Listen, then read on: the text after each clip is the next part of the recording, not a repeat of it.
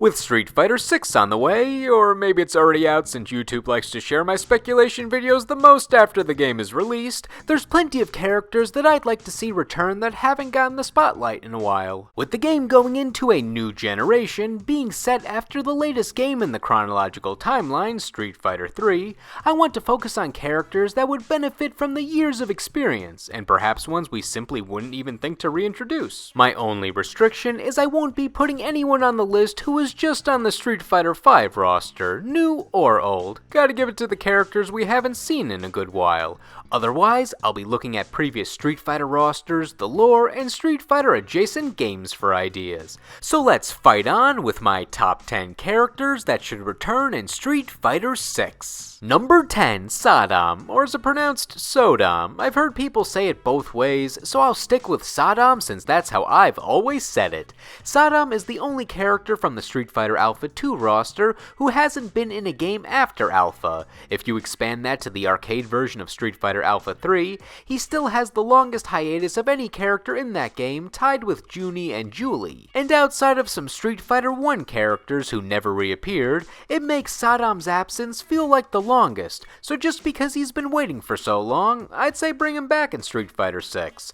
I'm not sure where he was in terms of popularity level, but I remember seeing a lot of people who assumed he'd be DLC in Street Fighter 5 just because it's been so long. Alas, all he got were a couple of background cameos on some stages. Saddam's an interesting character because I can't quite tell where his allegiances are. He originated as a boss in the beat-em-up game Final Fight, being a part of the villainous Mad Gear gang, but when that dissipated, he entered Street Fighter Alpha's story with the goal of starting his own gang. Though this gang was just more for himself and didn't have anything antagonistic planned. It's like how his old partner Rolento wanted to create a utopia which rejected the villains of the game, but also probably didn't line up with what the good guys wanted. Though Saddam's planning to call his organization the New Mad Gear, so maybe I'm giving him too much credit on being a potential good guy. That being said, Saddam crashed a truck into Shadaloo's base to save the world in his Alpha 3 ending, so he can't be that bad of a guy despite potentially trying to revive a crime ring, right? Still, when left to his own devices, I feel he simply wants to live out his non-violent dreams. He just wants to enjoy Japanese culture, basing his entire lifestyle around it. He's up to date on the culture, but being an American who's still learning, he isn't too proficient with the language, leading to many mispronunciations for comic relief.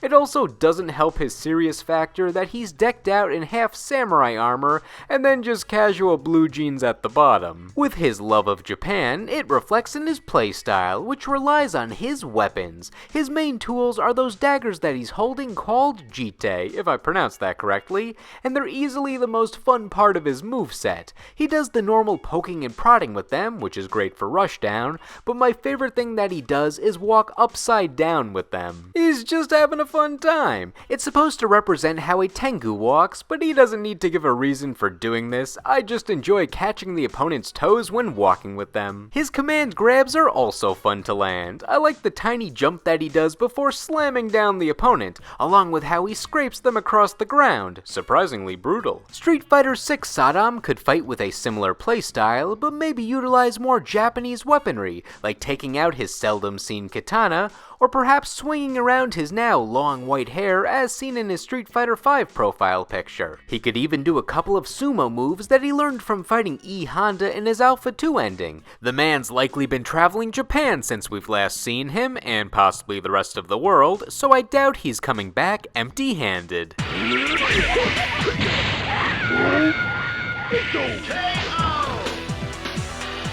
Number 9, Abel. Abel feels like a character they had a lot planned for and then didn't really follow up with him. He was a failed replacement body for Dictator Bison, so he escaped Shadaloo trying to find out why he didn't remember his past, and then when he learned he was an artificial body, he was like, oh, well I guess I'll help defeat Shadaloo now. He just appeared in the Street Fighter 5 story out of nowhere as a Shadaloo soldier working undercover for Guile to get some intel on the enemy, but then he gets taken over because because drama and plot point of him being part Shadaloo clone, and then it gets resolved where they bandage him up. Yay, bandages. I was expecting him to show up on the Street Fighter V roster as DLC at some point, but no, he's reduced to a story cameo. I really liked his build up in Street Fighter IV, where it was implied that he met Nash at some point, and then him and Guile get into a fight when Abel's like, "Hey dude, I've seen that attack before," and then Guile goes all, "You mean Krillin?" on Abel when he assumes that he's involved with Nash's disappearance, and it's not just an innocuous comment. Why was Guile doing a random sonic boom in an airfield to begin with? Though, to be fair, Abel was asking him where he learned it and refused to elaborate further since he was looking for Nash as well, so maybe there was miscommunication on both sides. Regardless, Abel never got another roster spot, if you don't count Street Fighter Cross Tekken, and with his storyline basically wrapped up,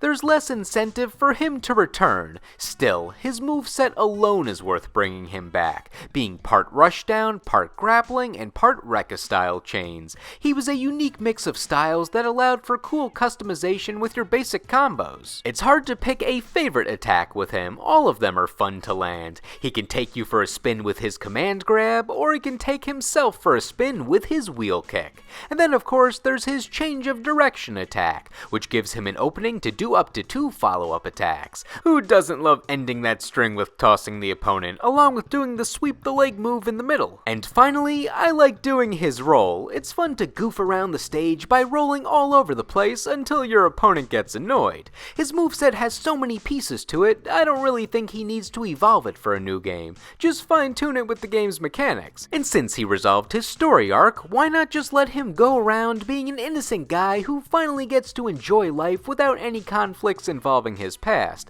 Give him no hardships in this story. Something I liked about Abel in Street Fighter Cross Tekken, with the little story we got, is we saw that he's an animal lover. He basically had the dream of owning a bear, he just thinks they're cute, and when challenged to a fight against Heihachi and Kuma the bear, Abel would only accept Heihachi's wager if he gets to keep Kuma if he won. I don't think he was prepared to own a bear, but he wanted one and he was gonna get one no matter what. We saw him with a pet dog in Street Fighter IV, so I guess this was next on the list.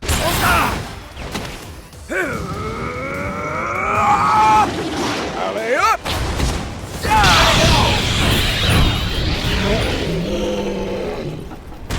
Number 8, Hakan. This one's a guilty pleasure entry. I know he's weird and absurd, but I don't know. Everything was just kind of fun with him. Was he a good character on the tier list? Not really. But he brought a new twist on the classic grappler style. He's a Turkish oil wrestler who needs to oil up his body to increase his range and power. Oiling up is an actual command move where you have to have Hakan reapply his oil mid-match since it wears off. And not only does he have that gimmick to improve his fighting, but his attacks are crazy on their own. Like, some of them have the standard grappler feel, but they don't follow the normal throw them up then down technique that you see from other grapplers. His main command grab has him bear hug the opponent, but then they slip out of his grasp because he's covered in oil. And then he has a running command grab that you can see coming from a mile away, but you somehow always manage to get hit by it.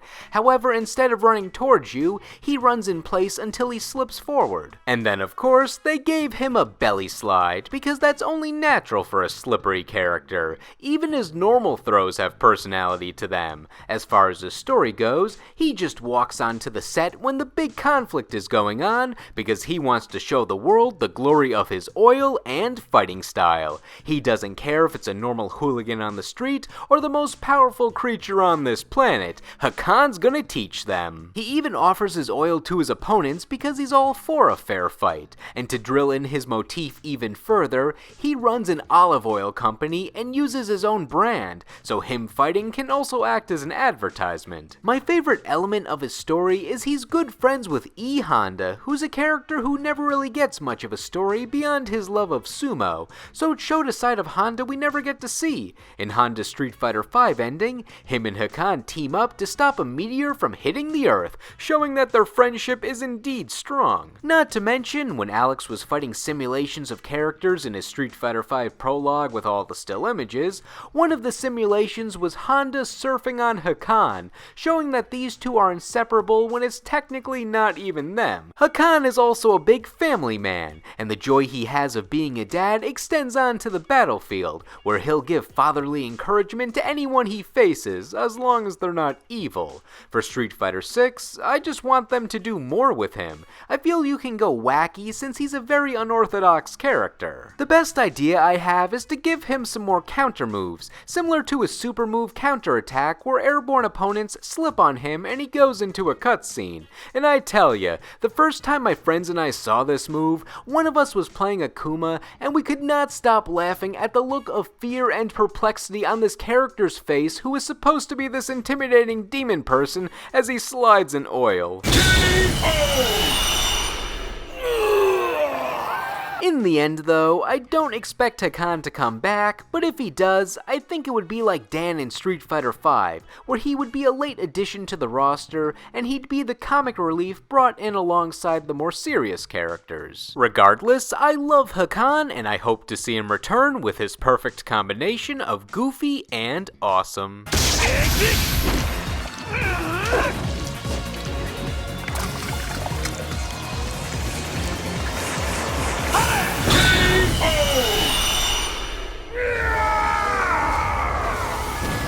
Number 7, Eagle and Maki. This is going to be a duo entry since both of these characters are intriguing to me for similar reasons. Both appeared in one game before never appearing for about a decade until Capcom seemed to fall in love with them in the early 2000s by giving them a few spin-off game appearances. Eagle was in the original Street Fighter as a non-playable opponent, and Maki was one of the playable fighters in the beat-em-up game Final Fight 2, which takes place in the same universe as Street Fighter. To go over each of them individually, Eagle was based on a bouncer that Bruce Lee fought in the movie Fist of Fury and didn't have much else to expand upon in his backstory. For the most part, if the Street Fighter 1 characters didn't reappear by the Alpha games, they were basically just meant to be prototypes for future characters with no plans to return, like how Mike, Joe, and Geki inspired the moveset for Boxer Balrog, Cody, and Vega respectively. Or like how Lee is the uncle of Yun and Yang who use a more detailed version of his moveset, or like how Retsu doesn't have a character that uses his moveset, but people seem to like him enough where maybe he'll be in a game someday. And Eagle seemed to suffer that same fate when what we thought was the final version of Street Fighter Alpha 3 came out in 1998, but then someone at Capcom was like, hey, why don't we put him in that crossover with SNK? And there he is, with an updated version of his Street Fighter moveset and new sprite animations. This was a really cool and surprising inclusion. I don't think anyone would have cared if a random Street Fighter 1 character didn't appear on this roster. They could have just imported another character from Street Fighter Alpha for the game and called it a day, so I appreciate this effort. They also now made Eagle reference a bunch of Queen songs with his quotes, because I guess him and Freddie Mercury are both British and have mustaches. The show must go on.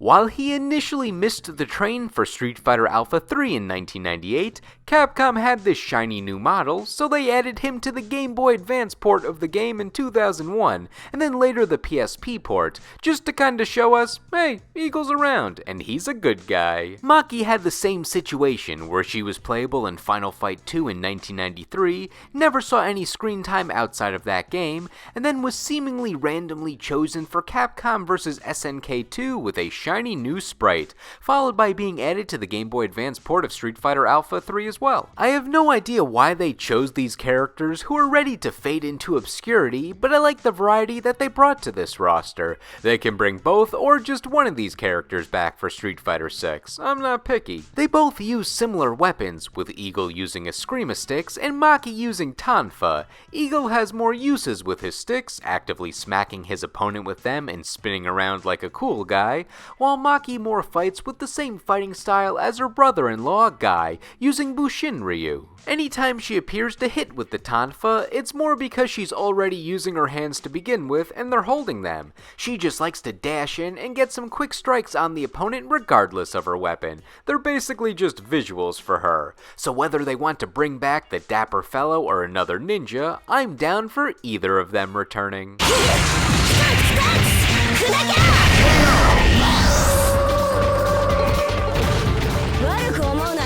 Number 6, Ingrid. Ingrid is in a weird position for me, where I would like to see her appear in another Street Fighter game since her moveset has potential, but at the same time, if she never appears in a fighting game again, I'd be like, yeah, alright, I get it. She wasn't really made for Street Fighter, but when Capcom had her assets sitting around in the mid-2000s from one of their failed projects, they decided to put her in their crossover game that they scrapped together, Capcom Fighting Evolution, and then eventually in a port of Street Fighter Alpha 3. There's a lot of real-life backstory on how she mysteriously appeared, so the Cliff Notes version of it is, Capcom planned a 3D crossover fighting game called Capcom Fighting All-Stars. There were plenty of famous Capcom characters planned for the roster, but also 3 new ones original to the game, who were supposed to be the stronger entities who could defeat the game's final boss, one of which was Ingrid. But when that game was scrapped, they decided to make a 2D crossover instead, and just took a bunch of existing assets from their other fighting games and called it a day.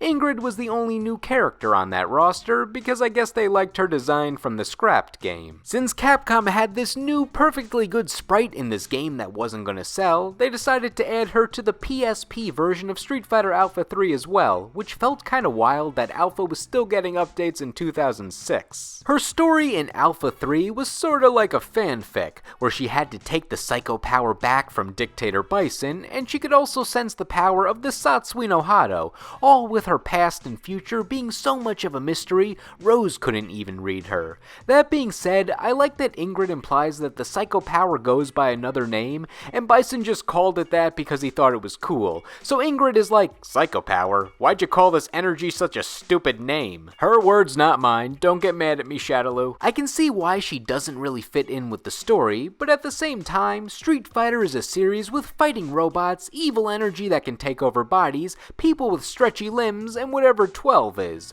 So the series has plenty of non-realism mixed in with its more serious elements. But the most important part of her is the moveset, and I had fun playing her. She's mostly a twirler. She fights with spinning dive kicks and spinning melee attacks. I like when you hit every part of those moves and you just hear the hit sound effects going off one after another.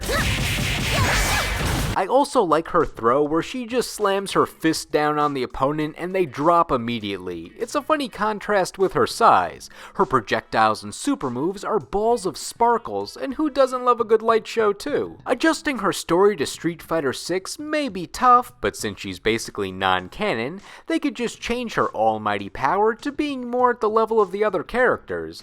I don't really think people are gonna care too much if Ingrid's backstory is changed from her PSP appearance. Or maybe she could still be a mysterious entity who just watches from afar and occasionally comes down to fight. Her backstory is versatile. Just so long as I can still shine on the opponents, I'm good with any version of Ingrid.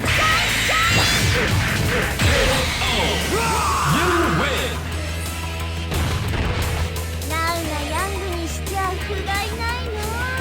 Number 5, Adon. Adon would be an interesting character to revisit since Sagat is basically retired, and Adon's whole deal is he wants to sit upon the throne of the Muay Thai champion. While Sagat can unretire at any time because he's popular, so you can write him into any story, I'm interested to see how Adon is dealing with the Sagat-free competition, and while I'm always down for Sagat coming back, why not let Adon be the main Muay Thai rep for the game? When we saw him in Street Fighter Alpha and 4, it was right after Adon took Sagat's title, depending on which endings are canon, and Sagat was still considering fighting for it back. So how's Adon doing with the title 10 years after Sagat? Is Adon still at the top? Is he bored? More humble? Manic now? He's a character who respects no one without power, which means he basically respects no one since he thinks he's so great, and the only more powerful guys are too evil for his taste, except Akuma, who he fears yet wants to fight to prove himself.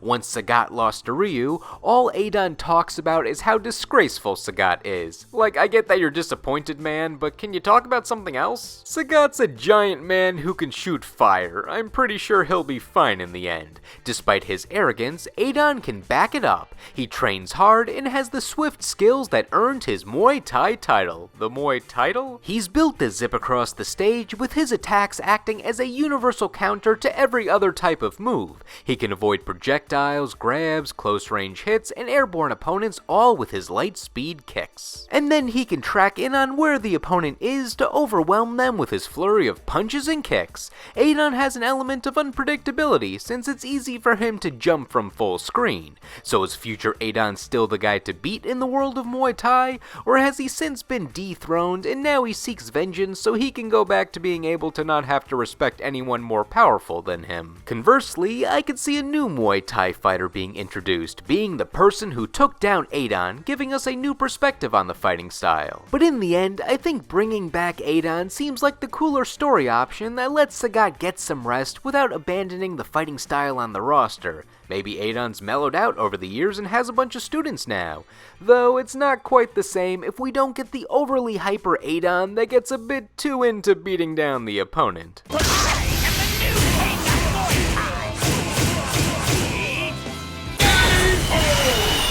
You should thank me for allowing you to take me on!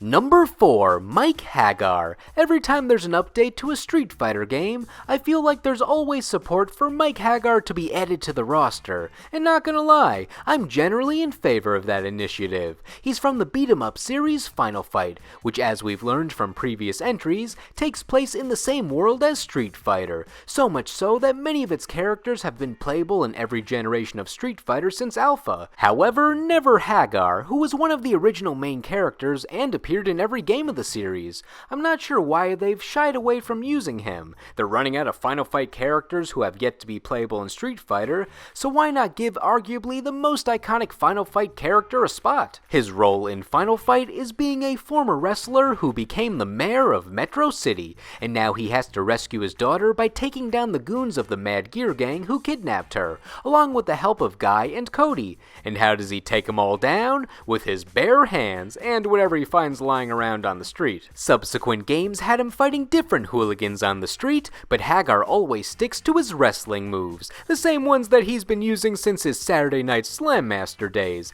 which is a wrestling fighting game that he was also in, and then when trouble's defeated, he goes back to the office. While you could argue that he's too busy being the mayor to participate in the Street Fighter story, or he's too busy cameoing in the background of some stages, now that Cody has taken the place of Metro City's mayor canonically in Street Fighter V, Hagar's a free agent and has more time to fight. After retiring as the mayor, we see in Lucia's story that he's still around providing intel for her missions, and in Hugo's ending in Street Fighter III's Second Impact, the announcer of a match that Hugo's about to enter says that Mike Hagar will be one of his opponents, showing that in at least his 50s, he's still capable of participating in these intense wrestling matches. And in Street Fighter VI, he'd be even older, but I'm sure he still got it. Who doesn't want to see old man Mike Hagar showing these young whippersnappers the classics? Of course he'd be a grappler, and as I mentioned in my grappler video, Hagar was an inspiration for Zangief's moveset, so I'm sure they would share some similarities, but he would not be a clone character. Part of his moveset could be like his Marvel vs. Capcom appearances, or any of the other relevant fighting games he's been in, but Marvel's my favorite, so I'll use that as the basis. The two main Zangief attacks he would still have would be his spinning lariat, which Zangief actually copied from him canonically, and his pile driver, which would not have the spin like Zangief's does. He could also have his air command grab, and use his famous metal pipe, which he could pick up off the ground like Cody does with his knife. He would also retain his violent axe punch attack and his body press. Another cool aspect of his moveset is he could use attacks from his alumni in Saturday Night Slam Masters, since those are his old wrestling buddies. Maybe he can reference them with his lines as he does their attacks, like going for a suplex and saying, "This one's for Gunlock." So what do you say? How about we have Mike Hagar come out of retirement and show everyone the original muscle power? It's all over! Level 4!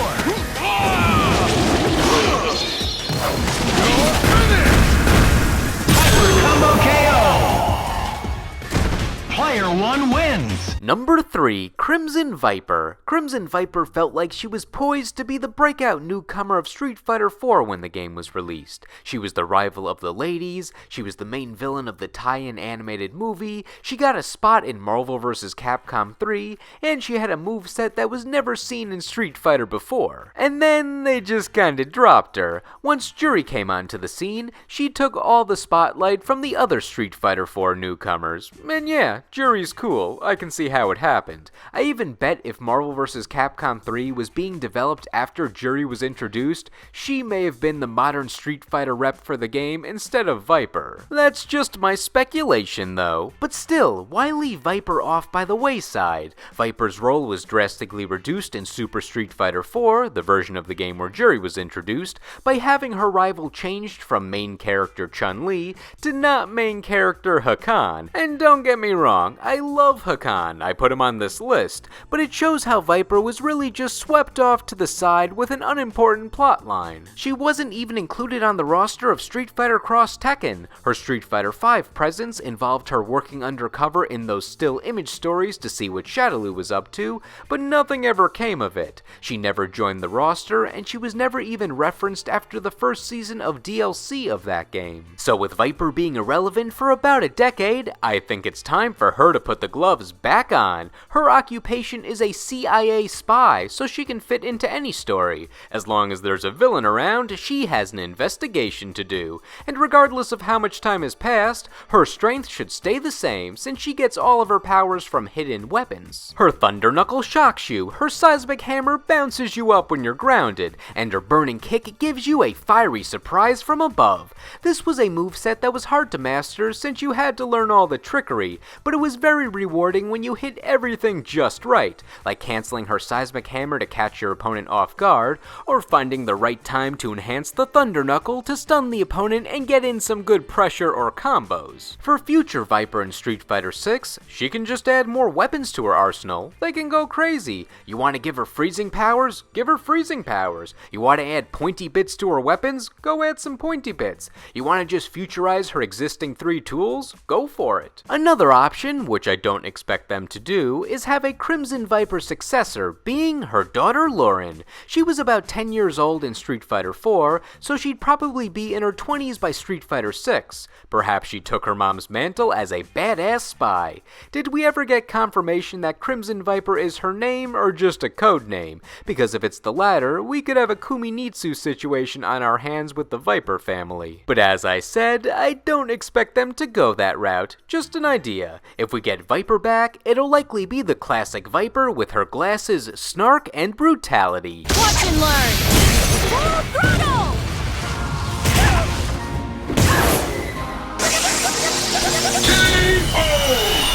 Time to run home now, little Miss Policewoman. Are you some sort of masochist? Number 2, Makoto. Makoto always felt like a slam dunk for a new generation style game. She was introduced in the final edition of Street Fighter 3, Third Strike, and being this young character whose main goal was to get as many people interested in her form of karate to ignite some business at her father's dojo, her backstory was prime for expansion. Since she was a late addition, it felt like she was going to be the future of Street Fighter, honing her skills and becoming a master in future games. But with the series never moving forward in the story until Street Fighter 6, we never got to see her grow, though one of the most surprising inclusions in Super Street Fighter 4 to me was Makoto, since at the time, she was just a minor character in Street Fighter's history. That game was about expanding the past story of Street Fighter, not the future, but I still loved her inclusion. Since that was a slightly younger Makoto, they didn't change any of her skills or motives, keeping her style of Rindokan karate, and making her still want to enter the tournament to improve her father's dojo. I like how wholesome she is behind her death stare. She cares for her family, yet she has this Ryu-style motivation where she wants to be the best fighter around and is completely silent on the battlefield. I feel like she could have been a main character if Capcom wanted to explore her more. She's serious in fights, fights but can chill out at home, though her moveset was less straightforward than someone like Ryu. She hits like a truck, she gets you with these lightning-fast strikes and can ambush you from across the stage. Her punch dashes across the arena in an instant. It's very satisfying when she makes contact, and if she's not hitting you in rapid succession after she gets in, then she's non-lethally snapping your neck, setting you up to get comboed some more. Despite how fast she hits, her walking speed is very slow as she's analyzing her opponent, waiting for the right moment to get on in. Her dashes, on the other hand, are the opposite, allowing her to cover ground quickly, so it's a fun dichotomy of when you want to use her speed and when you want to take it slow. Her skills could mostly just improve with fine-tuning her karate technique and leaving herself less open when attacking. In terms of strength, I feel like she's already at the level of the other martial arts veterans. She's much tougher than your standard 14-year-old girl. With a few more years of training, your health bar is no match if Makoto lands a solid hit.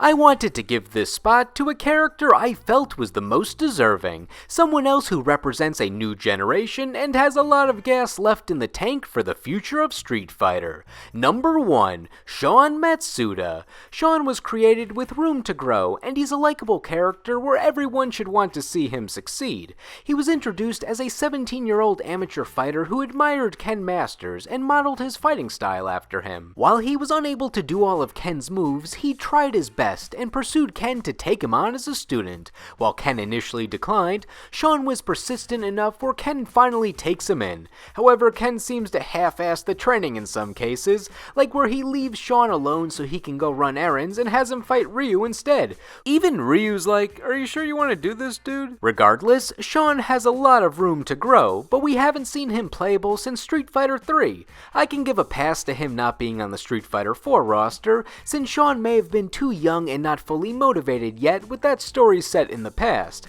I can even give a pass to Street Fighter 5, since that story mode showed how he met Ken, so he may have just gotten interested in fighting at the time. Plus, his sister took a spot on the roster, so there was still Matsuda family representation. But now that Street Fighter 6 takes place after Street Fighter 3 in the timeline, there's no excuses. Show us what Sean's been up to. We have a good foundation for his playstyle from Street Fighter 3. He was a Shoto-style character without a standard projectile. His base attacks still cover ground like a normal Shoto fighting style does, but in Sean's own unique way. His version of a Shoryuken uses two hands, and his Tatsumaki Senpukyak style attack is less of a clean circular motion and more of him treading air to stay airborne, and his Hadouken doesn't even exist if he doesn't use meter. And then he has his own attacks, like rolling for mobility or doing an overhead kick where he leaps in the air, or just tackling his opponent and then pummeling them. However, attacks that use his super meter have him perform the more traditional Shoto style attacks, which I think is cool.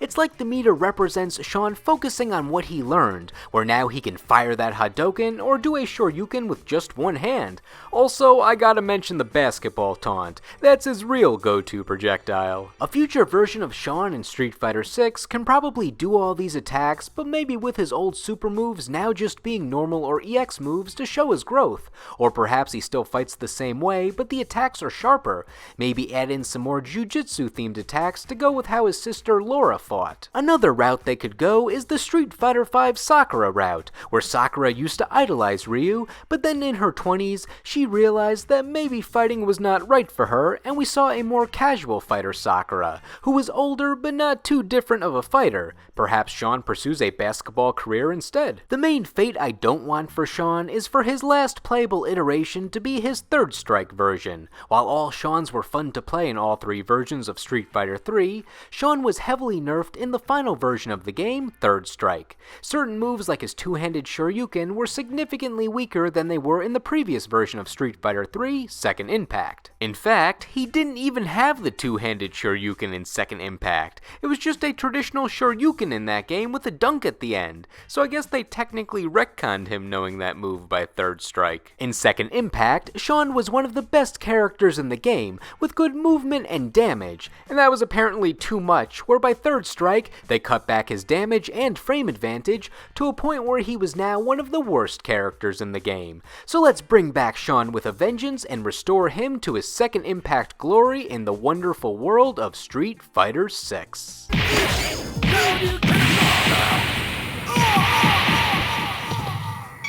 You win. Now, what did you think? With Street Fighter's extensive history and many adjacent games, there's plenty of other characters that deserve a shot at the roster, so I'd love to hear who you think should return, along with what you thought of my choices. Let me know in the comments. Anyway, thank you all for watching, and I will see you in the next video.